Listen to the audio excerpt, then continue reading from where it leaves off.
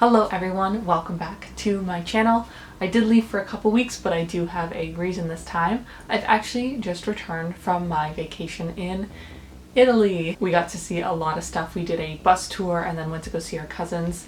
So I would love to kind of do a little bit of a video about that. Something else that I'm really passionate about is dark tourism.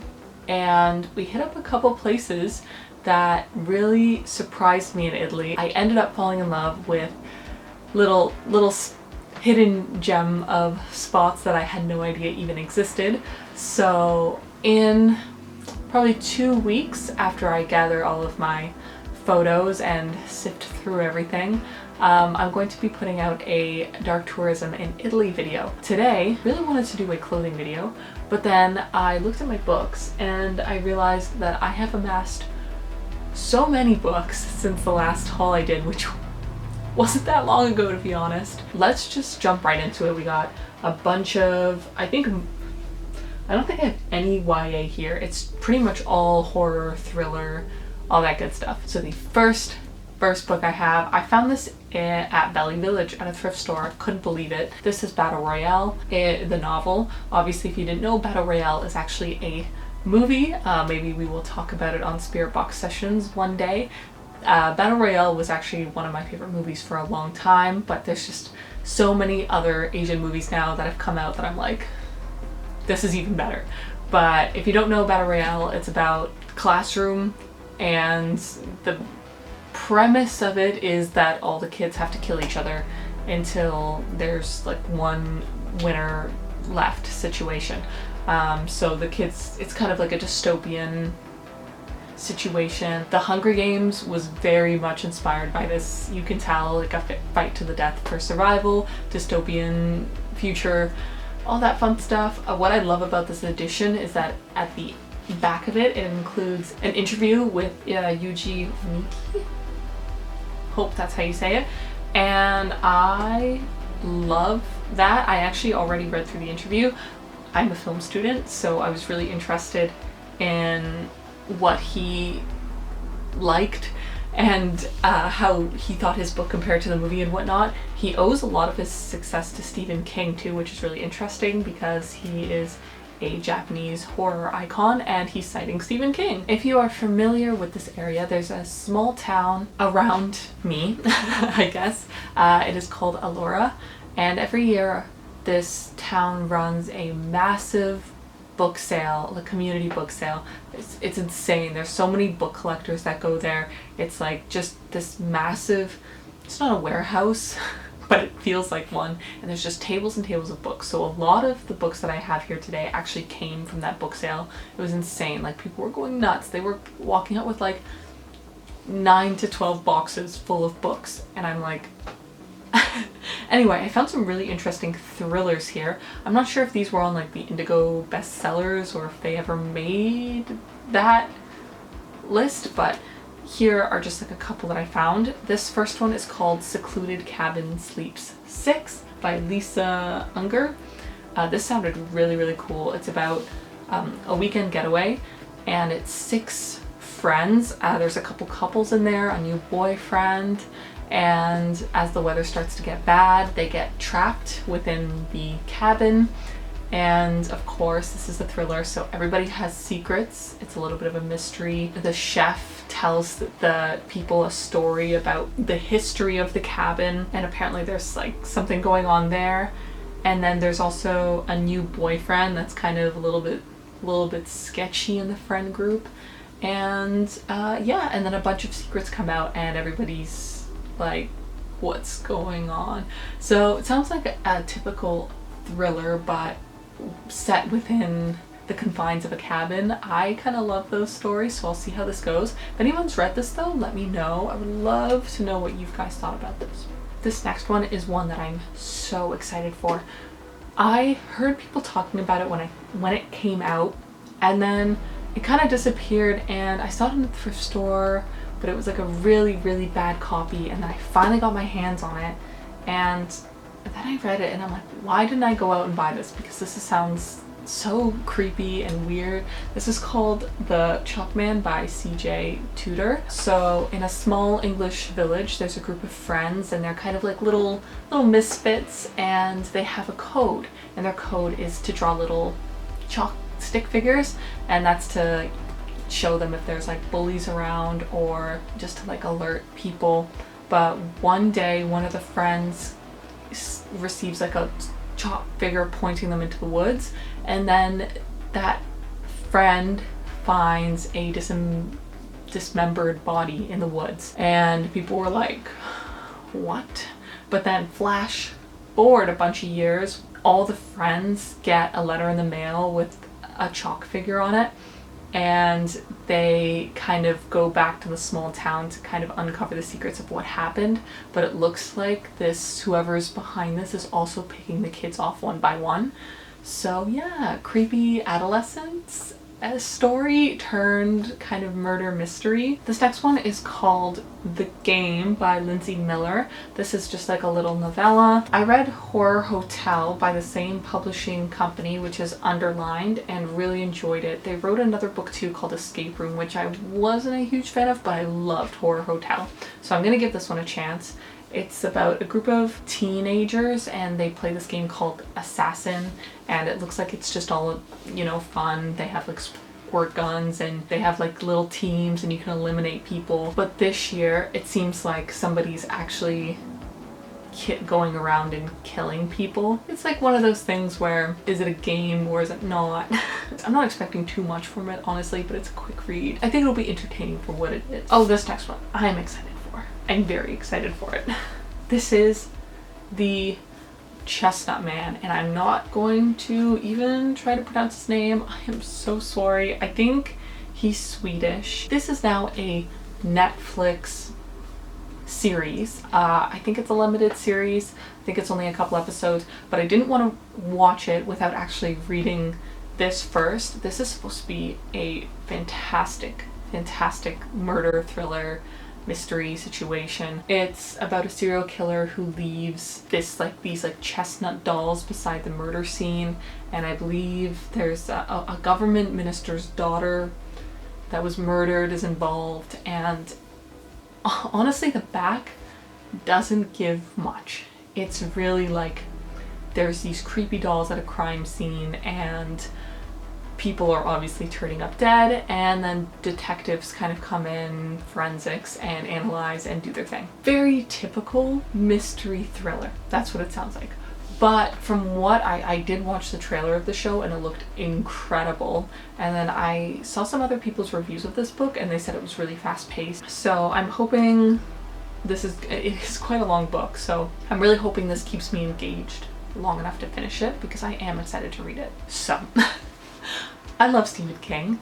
If you read horror, if you watch horror, you know who Stephen King is. And it's no secret that Stephen King is a god within our entertainment industry. Some people don't know. Stephen King has a son, and his son's name is Joe Hill. Well, that's his pseudonym. If you didn't know, he's written Nosferatu, Horns with Daniel Radcliffe, and Heart-Shaped Box, which I'm desperate to get my hands on. Anyway, I was at this book fair in Aurora, as I was saying, and this just like made eye contact with me from across the room, and it was such a beautiful moment. And I found this is the very first Joe Hill book I own, because he's so hard to find. I own The Fireman by Joe Hill in all of its glory. It literally looked brand new. I've never snatched it off a book off a table so fast. I was like looking around like, did anyone just see what I got? Because I was freaking out about this. So The Fireman is about a plague that breaks out over the world, and the plague, like, you like have these like marks on your body, and then you burst into flames. So the book follows this woman who is infected, and she is going to die, but she is also carrying a small baby, and she doesn't want to die until she gives birth and the baby lives. Her husband, I think, goes insane. I have no idea. Her husband is just like, he's gone. And she runs into this like mysterious fireman guy. That's what they call him, because he wears the fireman jacket, and he's also infected, but it seems like he's learned to control the virus in some way, so they kind of team up and do some stuff. I'm not sure, like, I don't think I would classify this as horror. I don't think this will be as creepy as more as like I'm really excited because he's a really good storyteller. This next book I also found at the book fair. It's another thriller. This is a HarperCollins book. I was trying to also see if this was on like a bestsellers list, so some of these thrillers might be not as well known as others, but I'm so excited to give them a try. This one's called Copycat by Alex Lake. There's not really much written, but just from like the back and what I'm getting, I'm really excited. It seems like this girl finds this Facebook account and it's pictures of her, and it's like pictures of her standing at the skating rink or pictures of her outside in her backyard like smiling or with her kids, and it looks like it's a Facebook profile that she's made, but she hasn't made it. And there's photos of her like in her house, and she's like, who took these photos and why are they pretending to be me? So there's a whole situation, and it seems like either somebody's trying to steal her identity or somebody's stalking her, something like that. But yeah, stolen identity, this is always fun. I thought this was different. I really like the concept, so let me know if you've read this one. This one is something that I was really excited for. Truthfully, I wasn't gonna buy it because, I don't know, like it never really piqued my interest, but then I saw it for cheap at a thrift store and I was like, okay, I'll give it a try. And then, but also I heard a lot of people talking about it, and then one of my best friends ended up reading it, and I saw her Goodreads review, which was just like, she was raving about it, so I'm like, okay, maybe it's time I give this a try. This is The Silent Patient by Alex Michaelides. I feel like I'm late to this book, honestly. I feel like a lot of people have already read it. I don't even know if it's worth giving a synopsis, because I feel like at this point you've either read it, you've either been there or not. The briefest synopsis is this lady, she looks like she has everything. She's an artist. Her husband comes home and she shoots him 6 times in the face. She obviously goes to this hospital and she's locked away, and she doesn't talk about it at all. The news and like society's kind of obsessed with her. Her art skyrockets in price, and then there's a gentleman who comes in and kind of gets her to open up and figure out why she shot her husband, and that's kind of where the story kind of goes down that road. I don't know anything about this. I don't know about any crazy twists. Like, I have no spoilers at all, but I feel like everybody was saying that's how you go into this book, with no knowledge whatsoever, and just kind of go through it. Okay, so I'll be honest with you, I don't need any more books, because as you can see, I'm reading through them, and I do have a lot of time to read, but like, I don't need any more books. But I have no self-control when I go to Indigo, and I was there shopping for my sister's birthday, and I was like, I need one too. So this is like, why? Anyway, I also just watched all 3 Conjuring movies like 2 days ago, so here we are. Anyway, so this is episode 13 by Craig Deluwe. I have been thinking about this book all the time. It's always on my mind. I kept walking by it, and then that time I went to Indigo and I'm like, I'm just gonna buy it. I'm just gonna buy it. I hate myself, but I know I'm gonna love this book. Like, it's just something that I'm like, I think about it and I'm like, this book is for me. It's like found footage, like ghosts, spooky abandoned building, like that's me. That's just who I am. Plus, I love that it's also a husband-wife paranormal team up, and that gives me Ed and Lorraine Warren vibes. And like I said, I'm a little nostalgic right now because I just watched the films, so this is just everything I need right now. Okay, so this next one is called Manhunt. Oh, there's the receipt. By Gretchen Felker Martin. Gretchen, you are an icon, like goth icon. We love you, and I can't wait to read your work. This sounds so much fun. It's like the end of the world, another apocalypse situation, and a group or a couple women go out and murder men, but like harvest their organs so that they don't meet the same fate. and it looks like they run into a sociopathic billionaire bunker brat and a bunch of feral men, and that just sounds like so much fun, because who doesn't love about women murdering men? Just such a guilty pleasure of mine. This one I'm also excited for. This I found at the book fair as well. It's just my cat sneezing. Anyway, this is The Island, and a bunch of people that I have on Instagram had just finished reading this, so I've been seeing a lot of Goodreads stuff about this. I've been hearing mixed things, and I'm surprised because I thought this was a book that people really liked. Now I'm like, am I wrong about that? I don't know if you can hear that. That's my cat. She's deaf and she sneezes a lot. So that's just her trying to get a sneeze out. So this is about a family, and I think they don't like their new mom. Then they go to this Dutch island, and then there's an accident. The kids and the new mom that they don't like are separated from Tom, who's the husband, and then apparently like a bunch of crazy stuff happens, and then she has to try to get them off the island, or at least escape the like tight-knit group of locals who are probably a cult. I'm just gonna call that now. But yeah, this sounds fun. Sounds like a good thriller, fun little adventure story. This next one I'm actually really excited about. I found this in Value Village, and I've always wanted to own my own copy, and then I saw that it was like a box set situation, and I said, you know what, maybe it's time. So I ended up picking up Mouse by Art Spiegelman. So Mouse has 2 volumes, 1 and 2, and for those of you who may not be familiar, it's written by a Jewish man who was kept in concentration camps during Nazi occupation, and he writes about his experiences in the camps. So he made comic books, graphic novels, and obviously the Jews are the mice and Hitler is the cat. And yeah, it just kind of documents what he saw and what happened, stories and his experience. It's really quite sad, but I'm so happy that he wrote these books, because it's such an important piece of history that I hope nobody ever forgets that people went through that.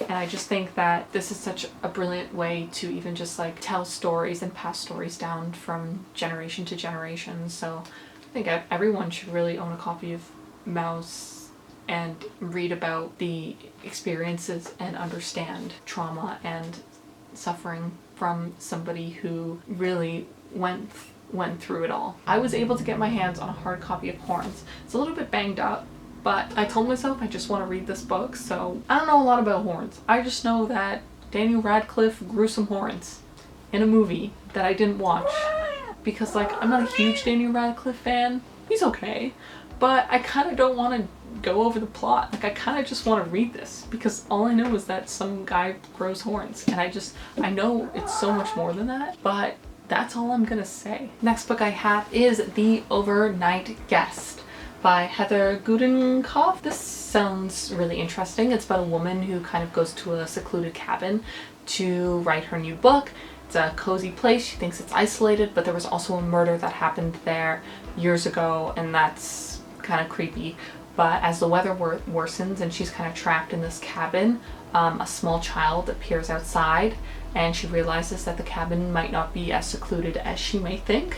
So I'm interested to see what's going on there. The next one is Ruth Ware's The Line Game. To be honest, I haven't read much of Ruth Ware, but I feel like she's now a thriller staple, and I feel like I'm obligated to do so. So I picked up this copy because I kind of want to see what she's all about. So in The Line Game, there was a group of friends who were at this boarding school, and they would tell these lies and try to, like, I don't know, deceive the faculty and students. The art teacher, which happens to be one of the girls' fathers, ended up disappearing. Years later, as these ladies are now adults, they return to this seaside boarding school, and they realize that they're lying and their actions had these horrible implications.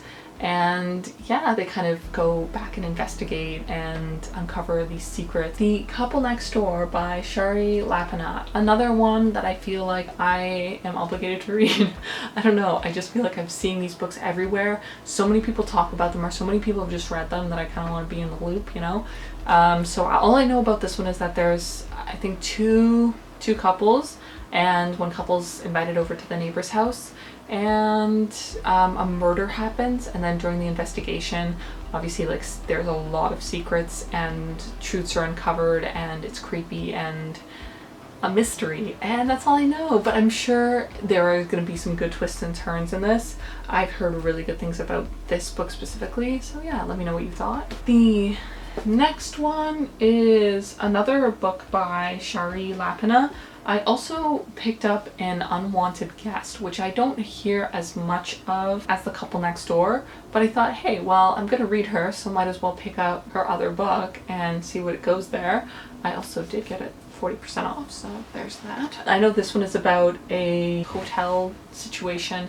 All these guests are staying at the same place, and the weather gets worse, and then start to die, so somebody's picking them off one by one. So not only do they have to survive the weather, but they also have to survive each other, which is cool and interesting. This is actually the only YA book that I picked up, and I got it at a thrift store, so I was excited about this because I've always wanted to read it, and a lot of people say it's one of their favorite YA books ever written.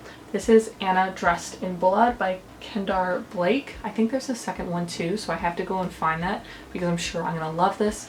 It's about a boy named Cass who inherits his father's abilities, I believe he kills ghosts, so he probably sends them over to the other side, and he arrives at this town, and they're searching for this ghost that the locals called Anna Dressed in Blood. But then Anna kind of spares Cass's life, so I'm sure this is like a tortured soul, but like also a cute love story. I don't know. I honestly don't know. A lot of people talk about it, but I really don't know much about this. The next book I have, I also haven't heard much about. This one is called The Cottage by Lisa Stone. This sounds really good though. Another thriller that doesn't give much away.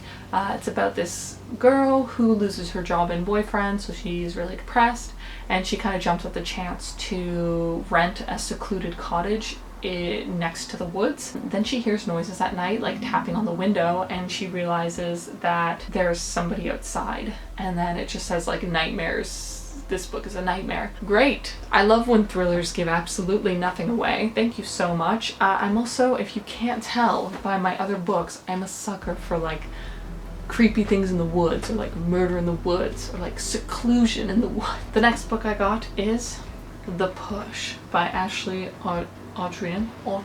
Another one like The Silent Patient that I wasn't really interested in reading until like everyone was talking about it, saying you have to at least read it once. So I was like, screw it. I once again found this at Value Village and said, fine, I will buy it and read it.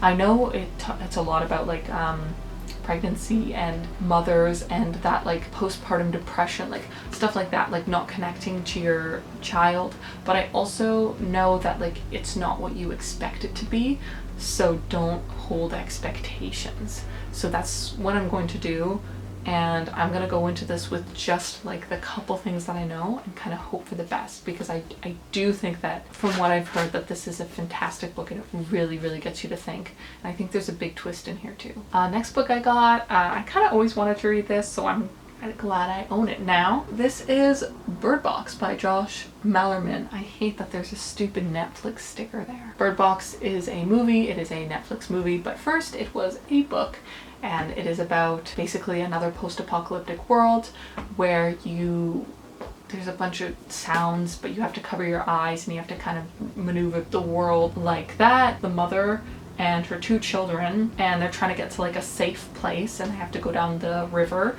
and they have to do it completely blindfolded. This is another one where I haven't heard anything about. I found it at the book fair once again and kind of took a chance on it. This is called The May Queen Murders by Sarah Jude.